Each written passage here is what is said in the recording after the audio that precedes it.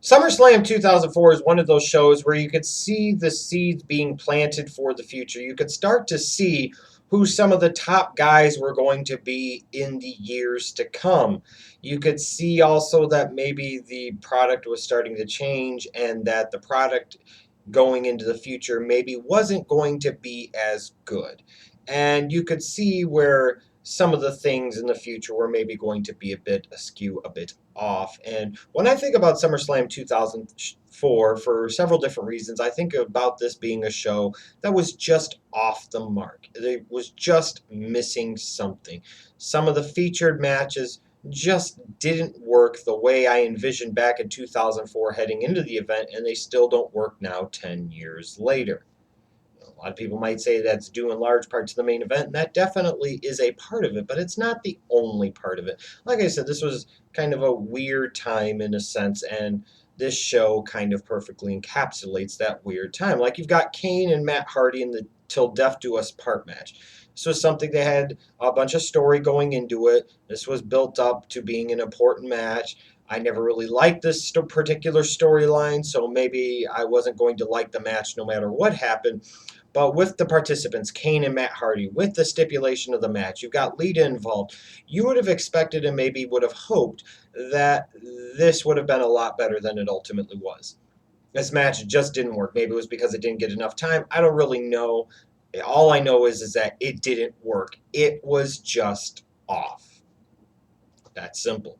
It's funny when you go back and look at 2004, you could see that John Cena was starting to rise up the ladder. You could see at some point in time he was going to be a big star for the company.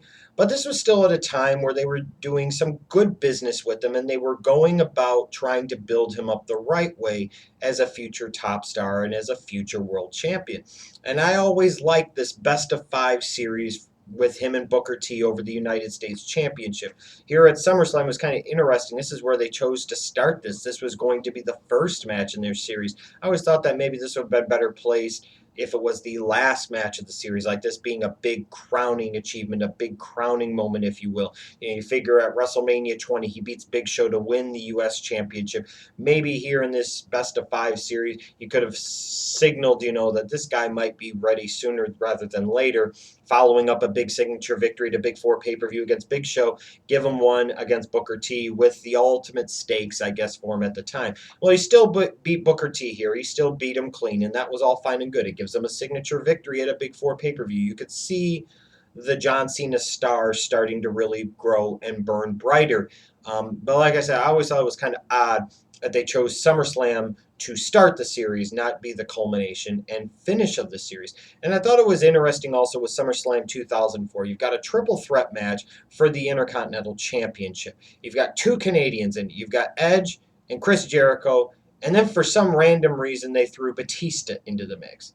Now, in my time, if I remember correctly, I was starting to really think that they were missing the boat here, the company was, and that they had the wrong young guy pegged in Evolution as being the future top star, where it was so much about Randy, Randy, Randy, and his force, not even a push, it was a flat out force.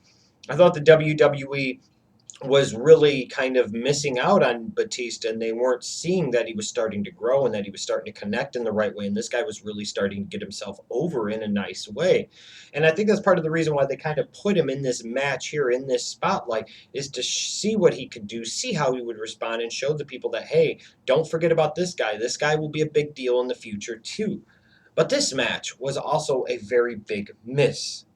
It just didn't work. I don't think the crowd ever really got into it the way that it was expected. The element of having Batista in there along with Edge and Jericho, I just don't think worked very well. And this became, frankly, a very forgettable, borderline bad Intercontinental Championship match at one of your big four pay-per-views. But you also could see where Edge was going to be a top guy at some point in time in the future. You could also see, at least I could, that Batista was going to be a big deal in the future. And to be fair, I was always a big Batista Batista guy from the very beginning. When a lot of the friends that I watch wrestling with were all about Brock Lesnar and Randy Orton, I'm like, no, it's going to be Dave. It's Batista. It's Batista. It's Batista. And I think you could start to see it here, but he wasn't ready yet. So again, even with some of the things that were off about this show, you could see the direction the company was heading in the future. You could see who some of the top guys were going to be in the future. For my money, the best match on this card, my most enjoyable match on this card, was Kurt Angle versus Eddie Guerrero. They always had good matches, and this was certainly one of them. Angle beating Guerrero this time by submission. You know, that perfect type of match right in the middle of the card. They had a reason to hate each other. There was story behind this, you know, going back to WrestleMania, and it worked. You know, this is the type of match you love to have every year in the mid-card of one of your big shows because it makes the show that much better. And then we get to what was really, to me, the featured match, even though it wasn't the main event of the show, the real featured match of SummerSlam 2004. I think the match that the show was ultimately built around the most, which always was fascinating to me and a bit surprising to me. And that was Triple H versus Eugene. And this was months in the works. This was months in the making. And here is Triple H, God himself, leading Evolution, you know, the face of evil at the time in so many different ways. And then here comes Eugene, you know, the special ed guy that just wants to live his dream and hang around guys that he's always liked. And there was something very relatable about him. There was something very likable about the Eugene character. I mean, ultimately, you know, I'll be less than politically correct here. It's the big bully trying to beat up on the retard. I mean, call it what it is.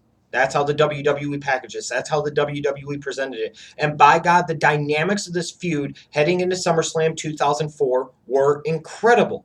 And at one point in time, I could have almost argued that maybe this match should have main evented SummerSlam 2004. Because you look at the participants, look at the amount of time invested, look at the other participants that were thrown into the mix here. I'm like, you know, this could legitimately main event the show. But it didn't. And looking at what happened in the match, thankfully it didn't. Because I was really surprised, and maybe this was the Canadian crowd, I don't really know. But something was also really off about this match. Because everything building up to it was that Triple H was hated, Triple H was despised, and Eugene was loved, and Eugene was the guy to get behind. And then you get to the match, and it's a complete 180, and I think everybody got off point and got thrown off kilter because the crowd's very much behind Triple H and not so much behind Eugene, which again was very, very surprising. You know, you would have thought at this time that the Canadian fans would have been smart enough to understand that Triple H was a monster. And, you know, even if he's going to win this feud, why not support Eugene? And I was always a little bit surprised by that and a little taken aback by that they turned on Eugene so much. Now, Triple H, to his credit, did the best he could to make this work, to try and get the crowd behind Eugene, and at moments it worked, but ultimately you can only go against the grain so much, and if it's not going to happen, it's not going to happen. And what is interesting about this as you think about it, you know, you chose to use Triple H at one of your big four shows in a feud against Eugene. And I mean that as no offense to Nick Dinsmore at all, but really think about that. They used Triple H in a feud in 2004, coming off of his reign of terror in 2002 and 2003. They used him to feud with Eugene and give him a featured match against Eugene at SummerSlam 2004. So even if some of the dynamics worked, it was still off. And like I said, that kind of epitomizes this show, to me anyways. JBL versus The Undertaker for the WWE Championship was a match that I thought should have been more. Frankly, I thought at this time you were really trying to use JBL as that long-term transitional heel champion until you got that new babyface ready, whether it was going to be Orton, Edge, Batista, Cena, whoever it was going to be. JBL was a champion by design because of what happened with Lesnar and this and that. They needed to build up a long-term heel transitional champion to set it up nicely to hand over the reins to a babyface, which is what the WWE always prefers out of its top guy. And I always thought maybe that JBL should have beat The Undertaker clean here. I always thought that was a bit of a mistake. And I don't know why the decision was made the way it was. Maybe they didn't want to put JBL over Undertaker clean here. But this was SummerSlam. This was a Big Four show. This match wasn't even main eventing. And JBL was the guy that you needed to build up so that way when the time came for him to pass the torch to a young new babyface top star, that he would have had a series of significant victories here. And, yes, he technically won the match and beat Taker by disqualification. I think he should have won clean here, and I always thought that was a bit of a mistake. And like I said, it was just another thing to me that was kind of off about the show. And then we get to the main event, which is obviously off for many different reasons, and most notably is the fact that it had Chris Benoit in it. It's interesting, though. Here's Chris Benoit. After all these years, he finally gets his moment in the sun. He gets his opportunity. He main events WrestleMania 20. He wins the World Heavyweight Championship. And to myself and a lot of other fans, it meant a tremendous deal at the time. And then, in terms of his title reign, it was okay, but nothing special. It was maybe one of those examples, looking back, of the thrill of the chase was better than the accomplishment and achievement in itself. But then we get to this match, and you got Randy Orton in here. And man, oh man, you want to talk about companies having a hard on for a guy. If you would have asked me in 2004 who would have gotten the John Cena treatment still in 2014, I would have thought it would have been Randy Orton, not John Cena. I mean, this was not a push. This was not even a pound. This was a flat out force. And I never understood what the WWE saw in this guy to transition him from getting a push from a pound to a flat out force down your throat. And the whole element here of having Randy Orton at age, what was he at the time, like 21 years old, sitting here and freaking main eventing SummerSlam 2004, getting a World Heavyweight Championship shot against Chris Benoit, the thought of it just kind of repulsed me a little bit. Because I said, if this is what the WWE is going to be in the future, then you might count me out long term. And the match, to be fair, it worked to a degree. It was pretty good. Benoit did a good job of showcasing Randy Orton, in my opinion, as being a guy worthy of being a world champion, but in the future. The fact that they had Randy Orton go over here, I thought was ludicrous. The fact that Randy Orton went over here, I thought was ridiculous. And looking back, especially with what transpired soon after this, and where it just became about Triple H again, and it was fuck Randy Orton, it always feels like that SummerSlam 2004 main event was one incredible waste of time. It was like the WWE couldn't wait to force Orton down your throats. They couldn't wait to force this guy to the top. They couldn't wait to force the World Heavyweight Championship on him. And then, like a petulant brat, spoiled little kid, as soon as they got their hands on their toy, they didn't want it anymore and they threw it away. And that's exactly what they did with Randy Orton. Why sit there and throw Benoit's entire title reign under the bus just to give the belt to Orton so that way you try to turn him babyface, which was exactly the wrong thing to do at that time, just so that way you could put Triple H back in the top spot. That's how bad this was. It led to a splitting up of Evolution when it wasn't ready to split up.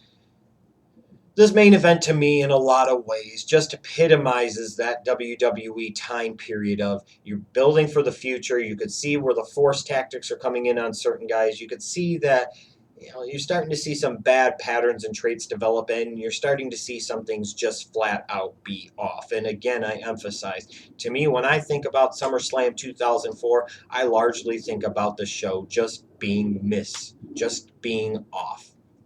Period.